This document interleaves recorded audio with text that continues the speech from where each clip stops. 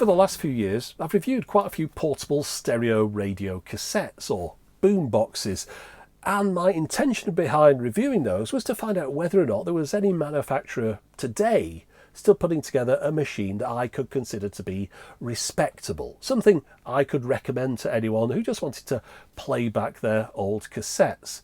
Now, the majority of the models I tested have proven to be pretty awful, very low quality. As the prices went up though, there were a couple of models in there that I thought were okay from Sony, especially one that they sold only in Japan. And I think the best one that I found that you could readily get hold of in the UK still is this, the Panasonic RXD55. This definitely had the best sound quality. Although this is not what we would have considered to be a boombox back in the day. No, this is more the kind of thing that my mum would have been listening to cassettes or Radio 4 on in the kitchen. Now recently I mentioned that I should feature some of my old machines, because whenever I've featured any of these new ones, a lot of people always say, oh, you should get an old machine. Well, I've got some old machines. I'm no boombox collector though. I've just picked out a few of the iconic models that came out over the years. And I thought where better to start with showing some of these older ones than with the machine that a lot of people refer to as the king of boomboxes. Let me just get it. This is the JVC, or in this case Victor, RC-M90.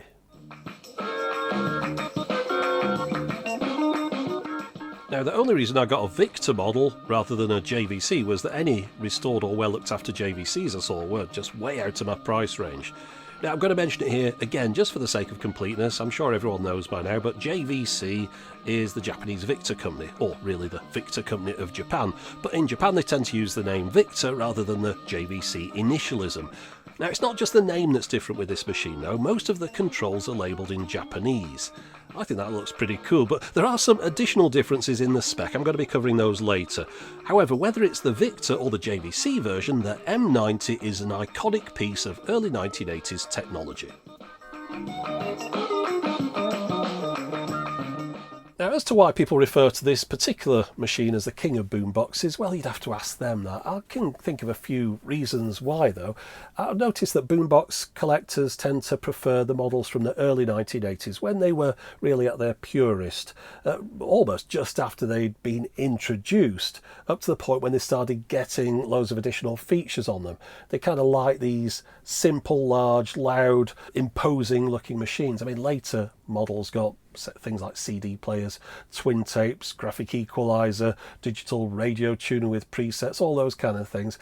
But as a result, the machines themselves, they kind of had to keep within a price range. So the quality of the machine tended to reduce over time, despite the fact they were getting additional features on them. Back when this came out, 1981, it was JVC's top of the range machine, and it was very expensive. We'll go into prices later on. But this was the kind of machine that people would cover, and yet all it's got on it is a radio and a cassette player, and that is it. The quality, though, is in here that might not have been in those later machines. It's a bit of a hangover from the 1970s in a way. You've got metal paddle switches. It's a heavy piece of equipment, but it's got excellent sound quality as well. I think it's 20 watts per channel, and you can crank it all the way up there and it doesn't distort. In a way, this is a little bit like kind of a classic car. You know that people like certain cars from the 1960s that can fetch massive amounts of money, and yet the car itself would probably be slower than a modern day SUV or crossover and have a lot less features on it, and yet the 1960s car's the one you want. There's something that comes with age as well. I mean, these things are getting on for 40 years old, so for any of them to survive now in a decent quality, it's a bit of a rarity. People are carrying these things around. They could knock them into things, tip them over, break bits off. So you find a good quality one of these, it will cost you nowadays. But I think the one thing that really counts in this particular model's favour above some of its peers as being like the king of boomboxes is the fact that this appeared on LL Cool J's album cover for his album Radio. One little fact you might not be aware of is that the picture on the sleeve is pretty much actual size when you place it up against the boombox itself. Incidentally, the recent reissue of this album has a black and white cover rather than the colour picture shown on this original. I should also mention the appearance of the M90 on the front of Beastie Boys' 2005 compilation Solid Gold Hits. Now, it seemed only right to me to have a version of this that could be played back on this machine. But by 2005, most countries weren't issuing new albums on cassette anymore. There were two that did with this particular one, though. It was Malaysia and Indonesia. But yeah, it's the fact that LL Cool J must have decided to put this particular machine on the front of his album cover as a way to, well, flex really and say, look at me, I've made it. I've got a JVC RC-M90. That's perhaps the thing above anything else that has solidified this particular boombox's place in history. But enough talk, let me give you a bit of a demonstration. Now, as much as I'd like to demonstrate this with some of my age-appropriate hip-hop and electro tapes, I'm restricted to things that I can play without annoying the gods of Content Match, but really we're more looking at the controls here. And I suppose the easiest way to do this is to call in the translation skills of Cool James, because most of the buttons shown on his M90 are going to be the same as mine. So starting top left with the meter control, this swaps the meters between their two modes.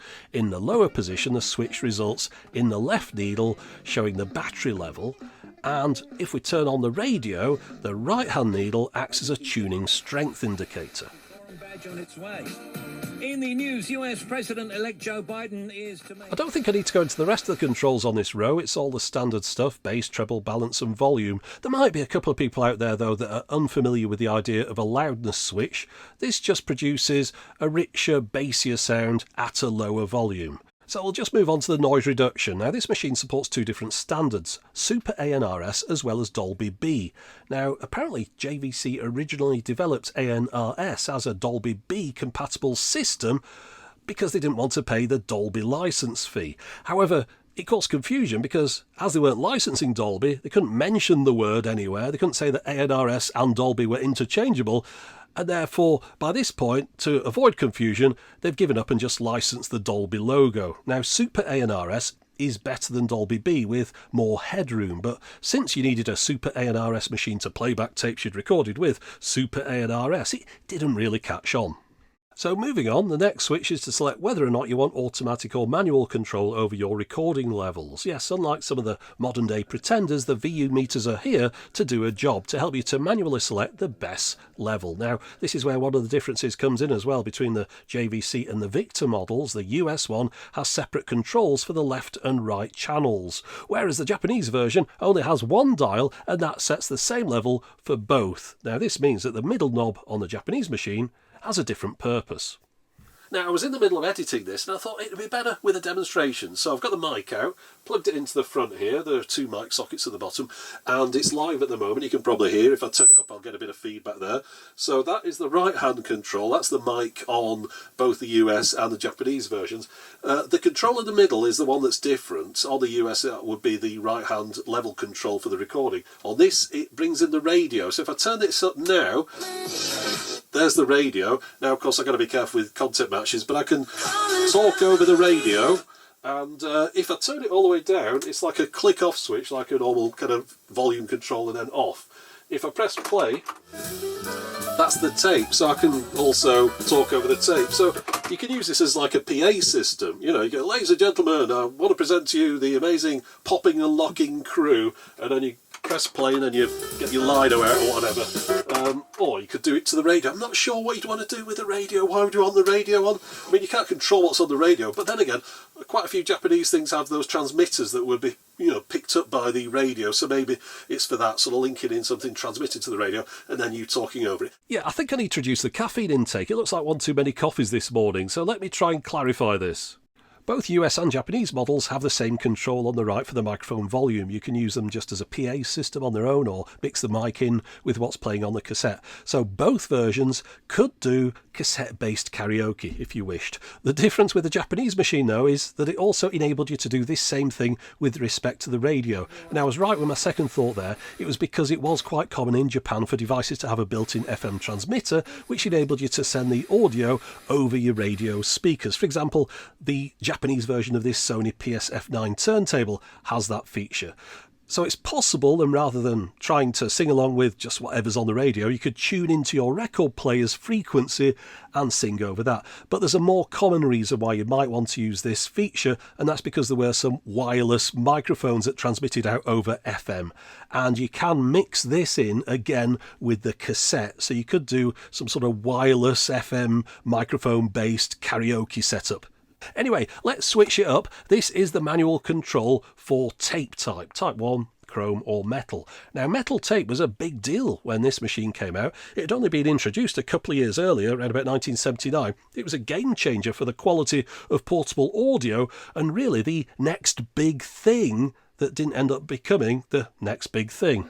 Now here's another change. My VU meters are yellow at the top end, whereas the US models are red. Now you might think I've got faded meters.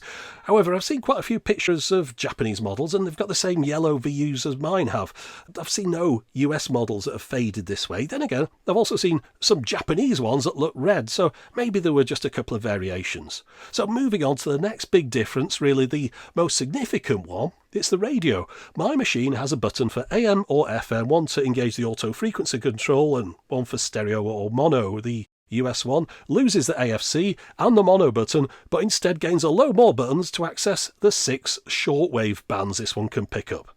Now, although I do like having lots of buttons, I'll be honest, I'm not really missing the lack of shortwave nowadays. Now, onto the cassette deck. It's a really good quality deck, this one, on a portable.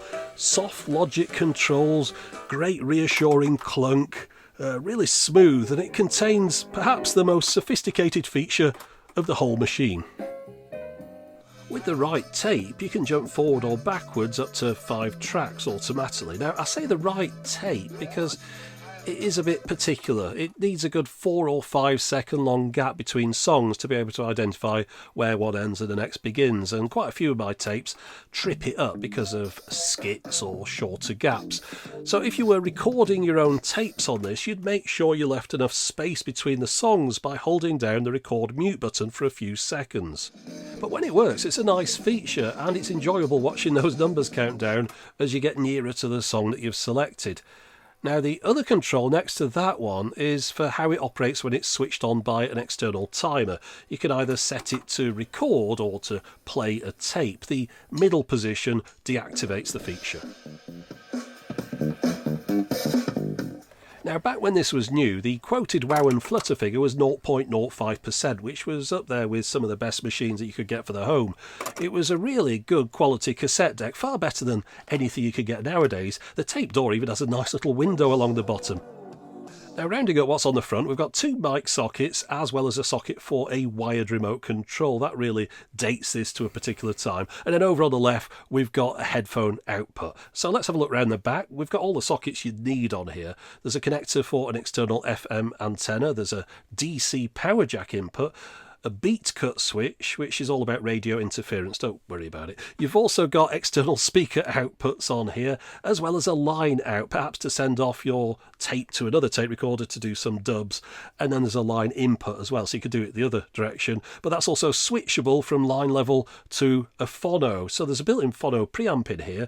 You can connect your record player up, and notice there's also a ground connector next to that for that purpose as well. Now, if you're running it from batteries, it takes 10 D cells. I can't tell you how long those are supposed to last. I haven't been able to find that stat anywhere, but it would very much depend on how you used it. I mean, if you were just listening to the radio over headphones, you'd get a heck of a lot more battery life than if you were playing your tapes over the speakers at the maximum volume.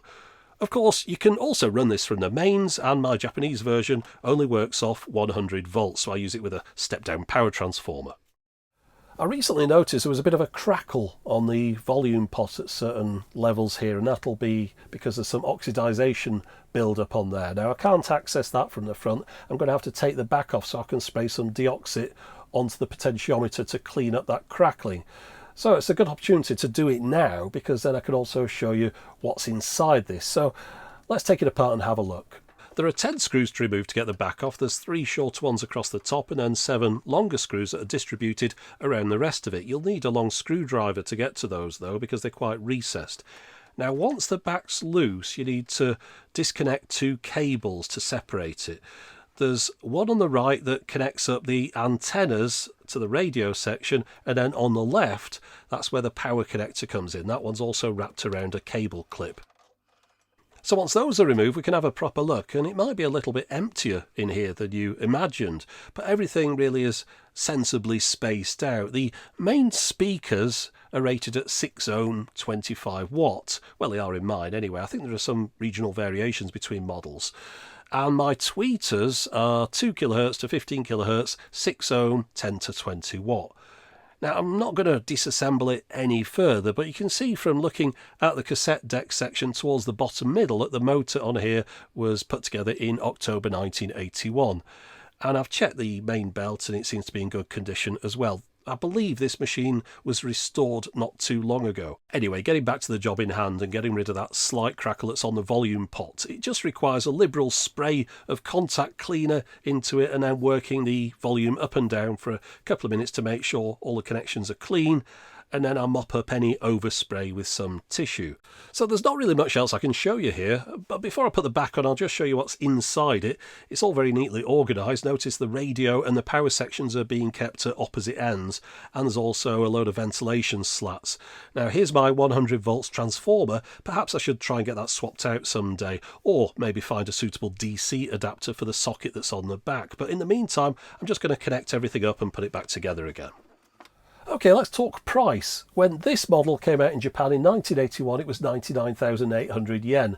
If we talk about the JVC model in the US, I've got a price from 1983. That was $550 list price.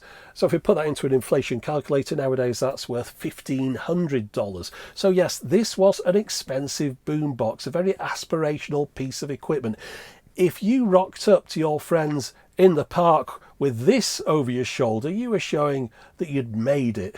Now, that price of $1,500 is about what you'd expect the minimum price of one of these to go for nowadays on an online auction, and it goes up from there. Bear in mind though that this is a particularly iconic boombox. It probably most likely is not worth that, except to collectors. You can get boomboxes that you'd be perfectly happy with for a heck of a lot less. But just think, this was $1,500 equivalent. That is what it costs to get a really good quality radio and cassette. Now, nowadays, if I show something like this in a video and it costs, I don't know, about 150 quid, people will be saying, oh, that's a rip-off. So nowadays you're getting people perhaps not willing to spend £150, maybe like $170 on a radio and cassette and CD player, and yet back in the day you get someone prepared to spend the equivalent of $1,500. So that's the way things have gone. So it's no wonder that manufacturers can't really make a high quality cassette deck nowadays, because nobody would be prepared to pay for it. I'll say nobody, there'll be the odd person out there, but not enough people to make it worthwhile investing in something like that. However, if you like the look of this, but you don't want to spend a couple of $1,000 or so to get one, well, you might have seen the M90 boombox replica that's coming from Replatronics.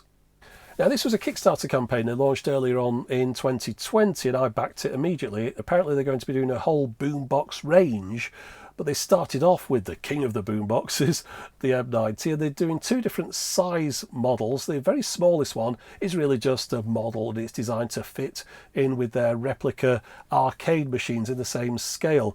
The larger one of the 2, well, that is functional in respect of it being a Bluetooth stereo speaker and an AM/FM radio. Of course, it's not a cassette deck as well, that's just there for show. But in the absence of having one here that I can show you today, I'm using the very latest in augmented reality technology, and I've cut out a model using the scale that they mentioned on the Kickstarter campaign and stuck it on a piece of card. I just wanted to show you what it looks like in a size comparison with the original.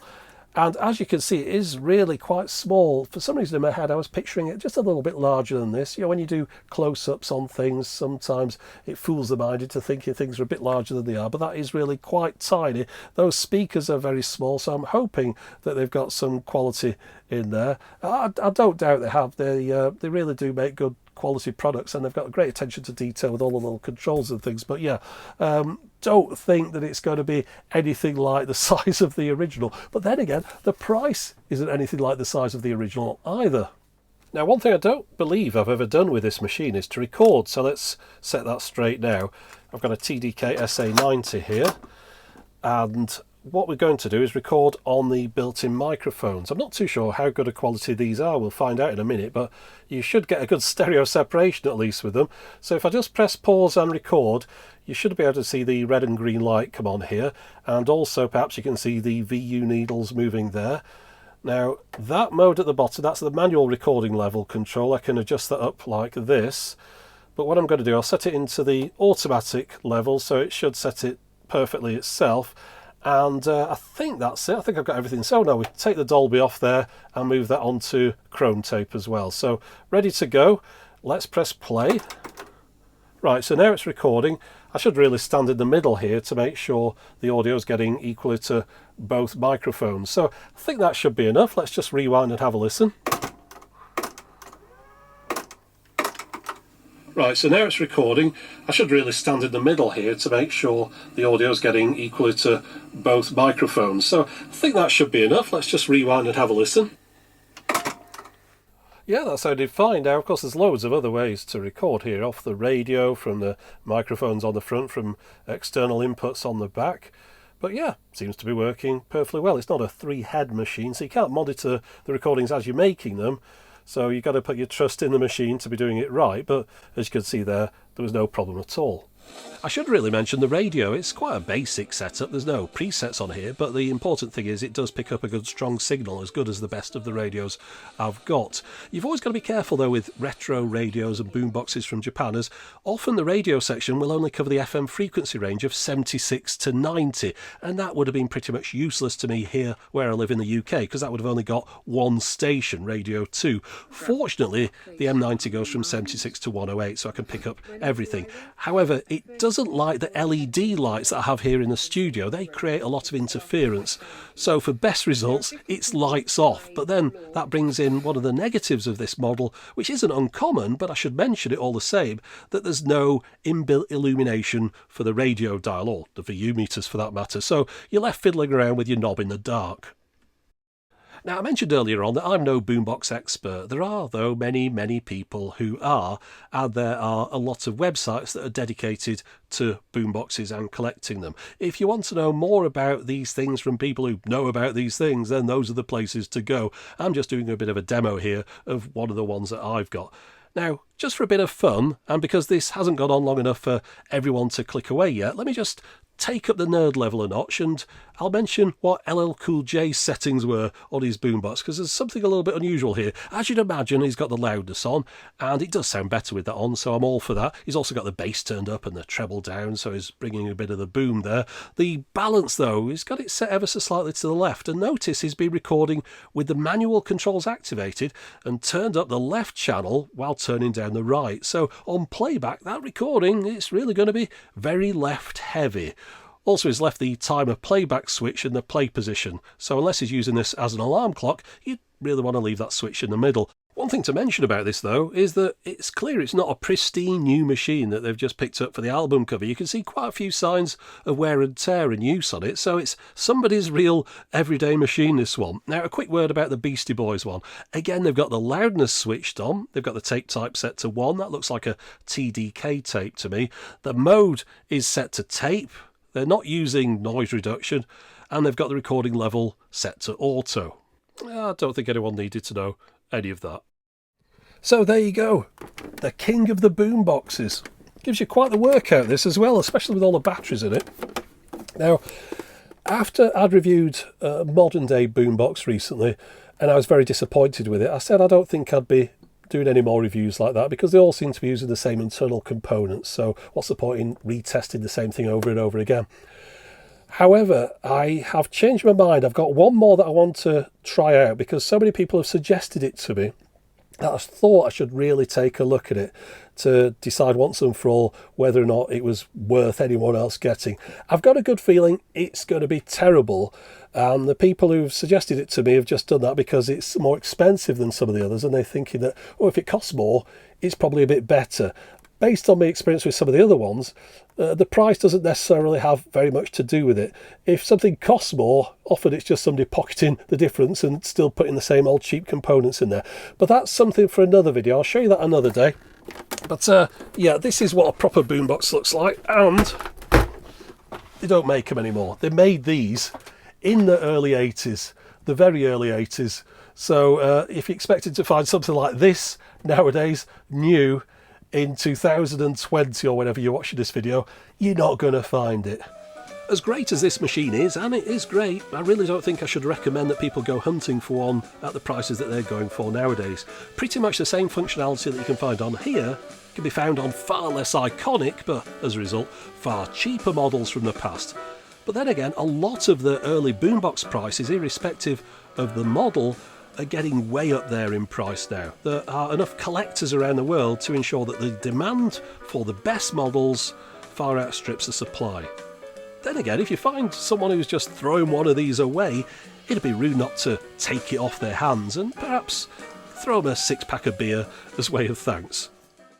But anyway, that's it for the moment. As always, thanks for watching.